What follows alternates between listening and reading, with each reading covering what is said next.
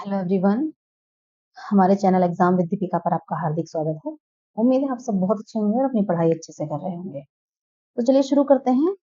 14 मई के current affairs class आपकी थोड़ी सी डिले है, तो हमारी क्लास 1-2 दिन डिले हो गई है, परंतु हम आज कवर कर रहे हैं आपकी 14 मई की क्लास। तो चलिए शुरू करते हैं। हमारा पहला क्वेश्चन है, भारत और फ्रांस की सेना के मध्य सैन्य अभ्यास जो है शक्ति 2024 का आयोजन किस राज्य में किया जा रहा है? देखिए, सबसे पहले तो ये जान लीजिए कि जो शक्ति सैन्य अभ्यास है, इसका एक क्वेश्चन तो ये बनता है कि ये किस-किस के बीच होता है? तो ये होता है भारत और फ्रांस के बीच, ठीक है? पूछा गया है आपसे किस राज्य में हुआ, तो देखिए ये हुआ है आपका मेघालय में, ठीक है? देखिए, जो ये सैन्य शक्ति है, ये जो मिलिट्री एक्सरसाइज है शक्ति, ये हुआ है, ये इसका 7वां संस्करण था और ये किस-किस के बीच होता है? भारत और फ्रांस के बीच ये होता है। इसका जो आयोजन है 13 मई से लेकर ये 26 मई तक ये होना है उमरोई में, मेघालय के उमरोई में ये होना है। 13 से 26 मई तक ये एक्सरसाइज चलेगी, ठीक है? अच्छा, इसका उद्देश्य क्या है? देखिए, भारत और फ्रांस का इन भारत और फ्रांस के बीच जो मिलिट्री एक्सरसाइज है, इसको कराने का उद्देश्य क्या है? तो देखिए, किसी भी 2 देशों के बीच जो हम मिलिट्री एक्सरसाइज कराते हैं, उसका उद्देश्य होता है कि जो सैन्य संबंध है, उनको बढ़ावा देना और साथ ही जो सैन्य टेक्नोलॉजी है, उसको साझा करना, उसको शेयर करना एक-दूसरे से, ये इसका उद्देश्य होता है। ठीक है? अब इस अभ्यास की बात कर लेते हैं। देखिए, ये जो अभ्यास है जो मिलिट्री एक्सरसाइज है शक्ति भारत और फ्रांस के बीच, ये प्रत्येक 2 वर्ष में होती है, हर 2 साल में ये होती है और ये किसके बीच होती है? आर्मी के बीच होती है। देखिए, एक्सरसाइज 3 तरह की हैं। एक वो है जो आर्मी के साथ होती हैं, एक है जो हमारी नेवल एक्सरसाइज होती हैं, जो नेवी के साथ होती हैं और एक है हमारी जो हमारी एयर फोर्स के साथ होती है, ठीक है? तो ये हमारी 3 तरह की तीनों फोर्सेस से होती हैं। कुछ हमारी एक्सरसाइज ऐसी भी हैं जो कंबाइंड होती हैं, ठीक है? ये कंबाइंड भी होने वाली एक्सरसाइज हैं, परंतु ये जो एक्सरसाइज है मिलिट्री एक्सरसाइज शक्ति जो है, ये भारत और फ्रांस के बीच, आर्मी के बीच होती है, ठीक है? तो इसकी शुरुआत कब हुई? इसकी शुरुआत हुई सन 2011 में, ठीक है? इस और इसका ये तो इसका 7वां संस्करण था जो मेघालय में आयोजित हो रहा है, परंतु इसका जो छठा संस्करण था, वो कहाँ आयोजित किया था? वो हुआ था फ्रांस में आयोजित, ठीक है? चलिए, भारत और फ्रांस के बीच होने वाले हम कुछ मिलिट्री एक्सरसाइज देख लेते हैं। तो देखिए, एक एक्सरसाइज है वरुण वरुण युद्धाभ्यास। ये किसके बीच होता है? ये पहली बात तो ये जानना जरूरी है कि ये नेवी की एक्सरसाइज है और दूसरी है गरुड़। जो गरुड़ युद्धाभ्यास है ये होती है एयरफोर्स के बीच, ठीक है?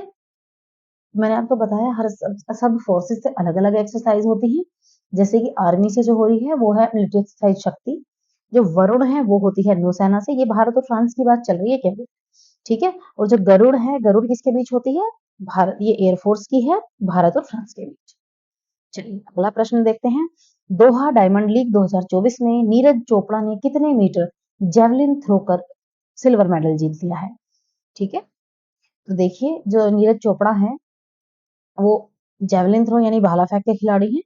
तो इन्होंने 88.36 मीटर तक इन्होंने जेवलिन थ्रो किया है, भाला फेंका है और इन्होंने सिल्वर मेडल जीता है दोहा डायमंड लीग में, ठीक है?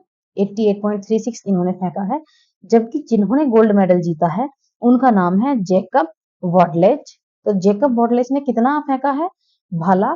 देखिए, जेकब वॉडलेज ने फेंका है 88.38 मीटर और नीरज चोपड़ा ने कितना फेंका है? 88.36 मीटर।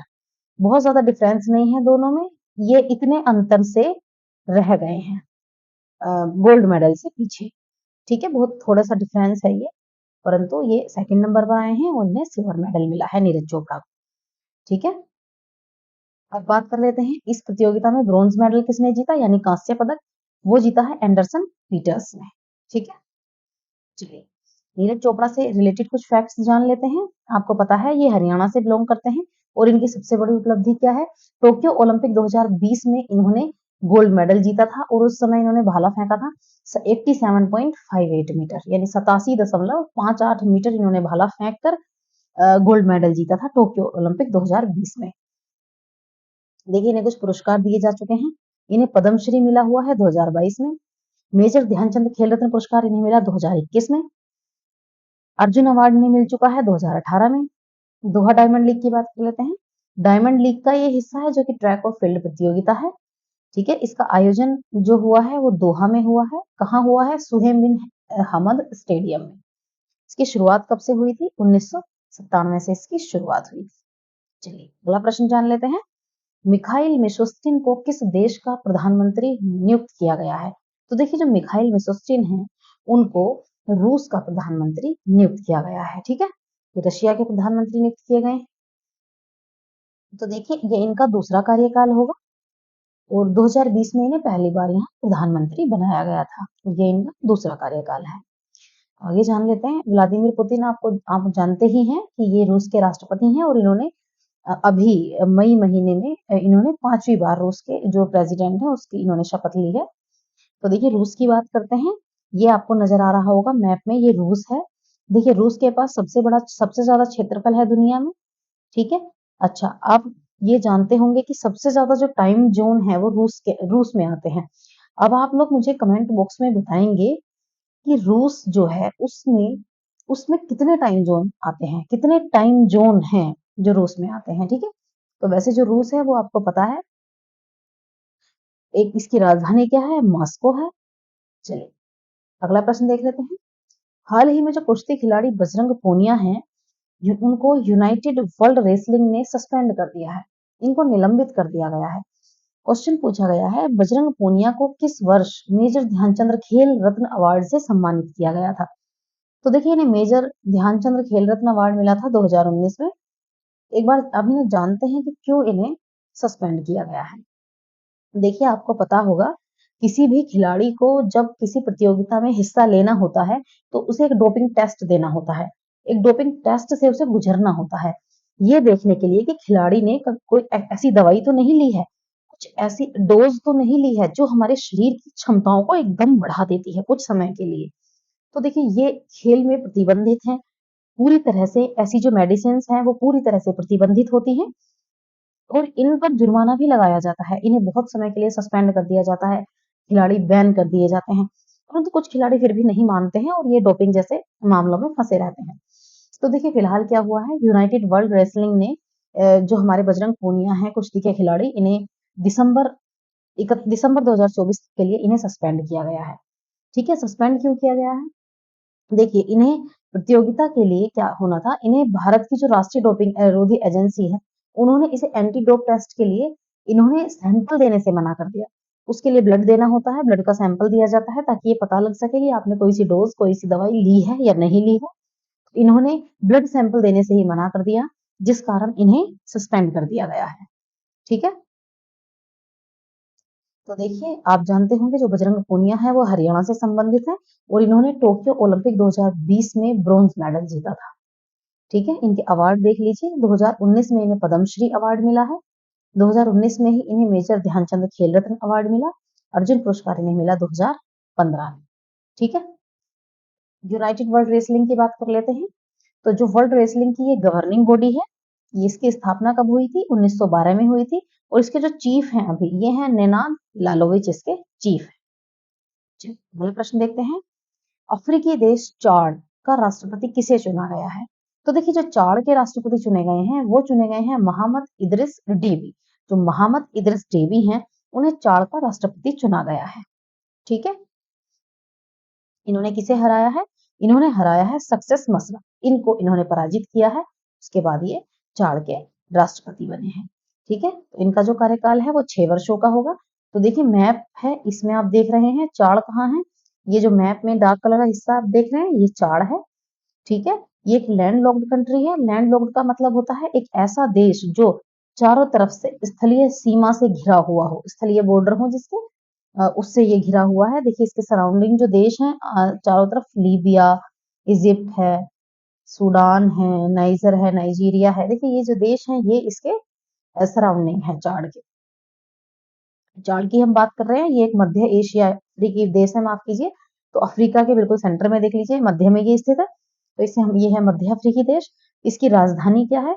चाड की एन जमेना यहाँ की राजधानी है और यहाँ की करेंसी क्या है? सेंट्रल अफ्रीकन CFA फ्रैंक जो है यहाँ की करेंसी है।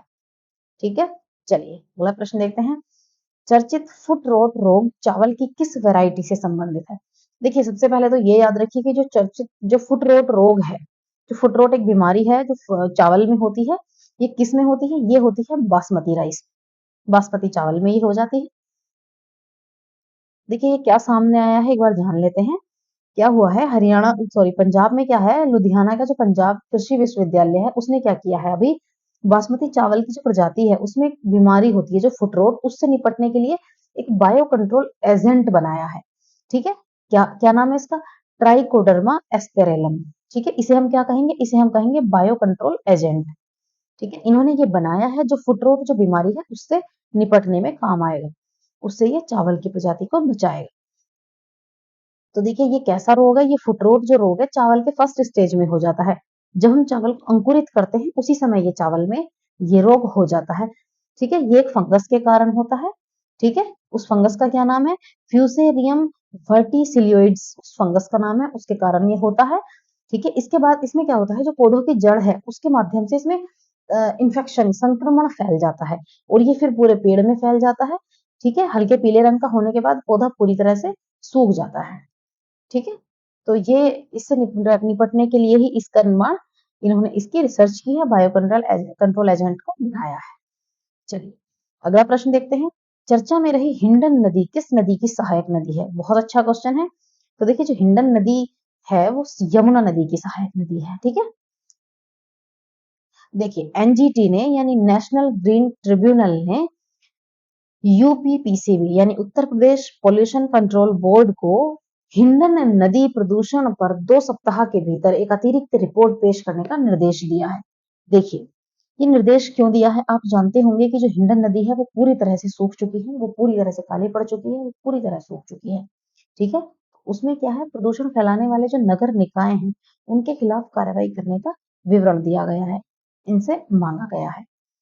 ठीक है, अब देखिए इंपॉर्टेंट फैक्ट जान लीजिए। 2015 में क्या हुआ था, केंद्रीय प्रदूषण जो नियंत्रण बोर्ड है यानी सीपीसीपी, जो सेंट्रल पोल्यूशन कंट्रोल बोर्ड है, उसने देखा, उसने रिपोर्ट में पाया कि जो हिंडन है, हिंडन नदी का जो प्रदूषण स्तर है वो इतना गंभीर था कि इसे डेड नदी, डेड रिवर घोषित कर दिया गया। अब जरा सोचिए, यदि हम नदियों में सीवेज, गंदा पानी, सब कुछ ऐसे ऐसी चीजें बहाएंगे, उससे क्या होता है, जितनी गंदगी पानी में जाती है स्वच्छ पानी में, उसमें क्या होता है, पानी में जो ऑक्सीजन लेवल होता है, साफ पानी में जो ऑक्सीजन लेवल होता है वो घटता चला जाता है। और जब हम कंटिन्यू उसमें ड्रेनेज करते रहेंगे, हम उसमें सीवेज डालते रहेंगे, या हम बड़ी बड़ी मील्स जो है उनका गंदा जो वेस्टेज है वो उसमें डालते रहेंगे, पानी से, नदी से ऑक्सीजन की मात्रा पूरी तरह खत्म हो जाती है और वो नदी नाले का रूप ले लेती है और एक दिन फिर वो सूख जाती है। और इस हिंडन के साथ, हिंडन नदी के साथ यही हुआ है, जिस कारण इसे डेड रिवर घोषित कर दिया गया है। ठीक है, ये 2015 की बात है।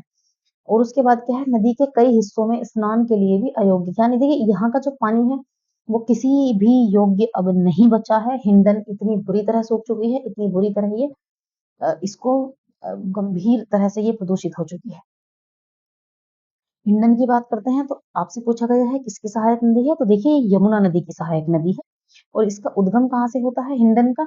सहारनपुर, उत्तर प्रदेश का जो सहारनपुर जिला है वहां से इसका उद्गम होता है। ठीक है, और ये क्या है, नोएडा में यमुना नदी में गिरने से पहले 400 किलोमीटर तक जो पश्चिमी उत्तर प्रदेश है उसके औद्योगिक क्षेत्रों में बहती है। तो देखिए इसका बस यही है कि ये औद्योगिक क्षेत्र में जो बहती है और औद्योगिक क्षेत्र में बहती है, इसी कारण इसमें जितने भी सीवेज हैं, जितने भी वेस्टेज हैं, हमारे इंडस्ट्रियल एरिया के जितने भी ड्रेनेज है वो सब इसी में गिरते हैं, जिस कारण ये बुरी तरह सूख चुकी है। देखिए ये आप मैप देख सकते हैं, ये है हमारी यमुना रिवर और देखिए ये जो है नदी, ये है हमारी हिंडन रिवर। ठीक है, ये यहाँ से होते हुए आती है इंडस्ट्रियल एरिया से। अब आप देख लेते हैं, ये शुगर मिल का ड्रेनेज है। ठीक है, ये पेपर मिल की ड्रेनेज है, ये भी शुगर मिल का ड्रेनेज है। ये सारी ड्रेनेज जो है ना, ये गंदे पानी के जो सीवर्स ड्रेनेज है इस हिंडन में गिरते हैं, जिस कारण ये बुरी तरह अब सूख चुकी है। चलिए अगला प्रश्न हम देख लेते हैं। हाल ही में 2 दशक बाद सौर तूफान पृथ्वी से टकराया। सौर तूफान जो है जब पृथ्वी से टकराता है तो निम्नलिखित में से पृथ्वी पर कौन से प्रभाव होते हैं, कौन से संभावित प्रभाव पड़ सकते हैं? तो देखिए आपसे कहा गया है जीपीएस और नेविगेशन सिस्टम विफल हो सकते हैं, बिल्कुल सही। पावर ग्रिड क्षतिग्रस्त हो सकते हैं, बिल्कुल सही। पृथ्वी के अधिकांश भाग पर जो तीव्र ध्रुवीय जो किरणें हैं उत्पन्न हो सकती हैं, बिल्कुल सही। इसका आंसर है सभी, क्योंकि ये सभी इफेक्ट्स हो सकते हैं यदि सौर तूफान पृथ्वी से टकराता है। देखिए नासा ने क्या कहा है अभी फिलहाल में, नासा कह रहा है कि ये विस्फोट चुंबकीय ऊर्जा का तेजी से जारी होना होता है जो सूर्य के वायुमंडल में बनता है, और 2 दशक बाद सबसे शक्तिशाली जो तूफान है वो पृथ्वी से टकराया है। पृथ्वी से एक बहुत शक्तिशाली सौर तूफान टकराया है, जिसके चलते अमेरिका से ब्रिटेन तक आसमान में चमकीला नजारा दिखा है।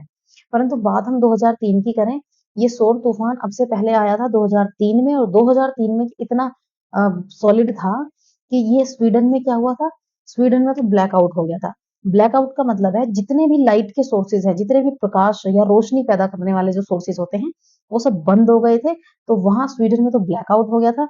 और बात करते हैं दक्षिण अफ्रीका की, तो यहाँ क्या हुआ था, जो बिजली के बुनियादी ढांचे हैं वो डैमेज हो गए थे, वो इफेक्ट हुए थे काफी। ठीक है, इससे आपको पता है क्या क्या नुकसान हो सकते हैं। जीपीएस और नेविगेशन सिस्टम इससे विफल हो सकते हैं, फेल हो सकते हैं। भूमध्य क्षेत्रों में सुनामी आ सकती है। पृथ्वी के अधिकांश भाग पर तीव्र जो है ध्रुवीय किरणें उत्पन्न हो सकती हैं। उपग्रहों की कक्षाएं विक्षुब्ध हो सकती हैं।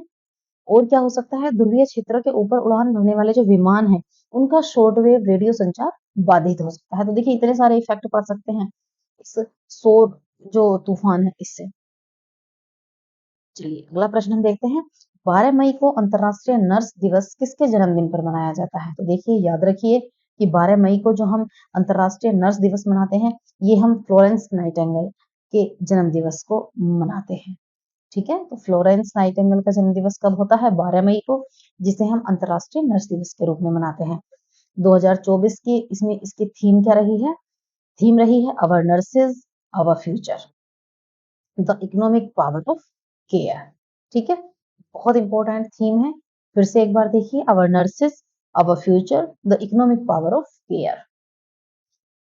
देखिए पहली बार जो हमारा अंतरराष्ट्रीय नर्स दिवस है कब मनाया गया था, ये 1965 में पहली बार मनाया गया था। इसे कौन मनाता है, इसे मनाता है इंटरनेशनल काउंसिल ऑफ नर्स। ठीक है, जो इंटरनेशनल काउंसिल ऑफ नर्स है वो इसे मनाती है। ठीक है, इसका उद्देश्य क्या है, दुनिया भर में नर्सों का जो योगदान है और उपलब्धियां हैं उनको सम्मानित करने के लिए ये दिवस मनाया जाता है। फ्लोरेंस नाइटिंगेल के बारे में जान लेते हैं। इनका जो जन्म है 12 मई 1820 को हुआ था, माफ कीजिए इटली में हुआ था। और ऐसा है कि इन्हें दुनिया की पहली नर्स माना जाता है। ठीक है, और इन्हें सबसे बड़ी बात है, इन्हें दूसरे एक नाम से जाना जाता है, इनका एक उपनाम है। इन्हें और किस नाम से जाना जाता है, इन्हें जाना जाता है the lady with the lamp. ठीक है, क्या कहा जाता है, इन्हें the lady with the lamp के नाम से इन्हें जाना जाता है। आपसे ये भी पूछा जा सकता है the lady with the lamp के नाम से किसे जाना जाता है, तो ये है फ्लोरेंस नाइटिंगेल। ठीक है, और दुनिया की पहली नर्स इन्हें माना जाता है। ठीक है, चलिए अगला क्वेश्चन है, अरेबियन ट्रेवल मार्ट 2024 में भारत ने किस नाम से प्रदर्शनी प्रदर्शित की। तो देखिए जो अरेबियन ट्रेवल मार्ट अभी हुआ है 2024 में, इसमें भारत ने स्वदेशी नाम से प्रदर्शनी लगाई है। तो ठीक है, ये कहाँ हुआ है, ये दुबई में हुआ है। और भारत सरकार का जो पर्यटन मंत्रालय है, इन्होंने दुबई में जो आयोजित है हुआ है ये अरेबियन ट्रेवल मार्ट 2024, यहाँ अपनी प्रदर्शनी लगाई, स्वदेश नाम से इन्होंने अपनी प्रदर्शनी लगाई है। ठीक है, इस प्रदर्शनी में भारत ने क्या किया है, लोक और आदिवासी कला परंपराओं की प्रदर्शनी इन्होंने लगाई। ठीक है, और इसमें क्या है, स्वदेश प्रदर्शनी में मंजुला कला गौड़ कला का इसमें प्रदर्शन किया गया है। ठीक है, और ये क्या है, प्रसिद्ध जो मिथिला पेंटिंग है वो भी इसमें रखी गई थी। ये प्रदर्शनी दुबई में हुई थी। तो गाइज ठीक है, ये आपके लिए बड़ी इंपॉर्टेंट क्लास है। अपनी पढ़ाई बहुत अच्छे से करते रहिएगा, कंटिन्यू अपनी पढ़ाई करते रहिएगा। कभी कभी ऐसा होता है किसी ना किसी टेक्निकल इश्यूज के कारण हमारी क्लास एक दिन या हम उस दिन नहीं डाल पाते हैं, तो 1 या 2 दिन में आपको वो सारी क्लासेस मिल जाएंगी, फिर मिस नहीं होगी कोई भी क्लास। ठीक है, तो मिलते हैं हम आपको नेक्स्ट क्लास में। तब तक अपनी पढ़ाई अच्छे से करते रहिएगा। और यदि हमारी क्लास आपको इफेक्टिव लगती है तो वीडियो को लाइक एंड शेयर करना ना भूलें, हमारे चैनल को सब्सक्राइब करें। अपनी इफेक्टिव क्लासेस आपको मिलती रहेंगी। तो ठीक है, मिलते हैं नेक्स्ट क्लास में। Thanks for watching.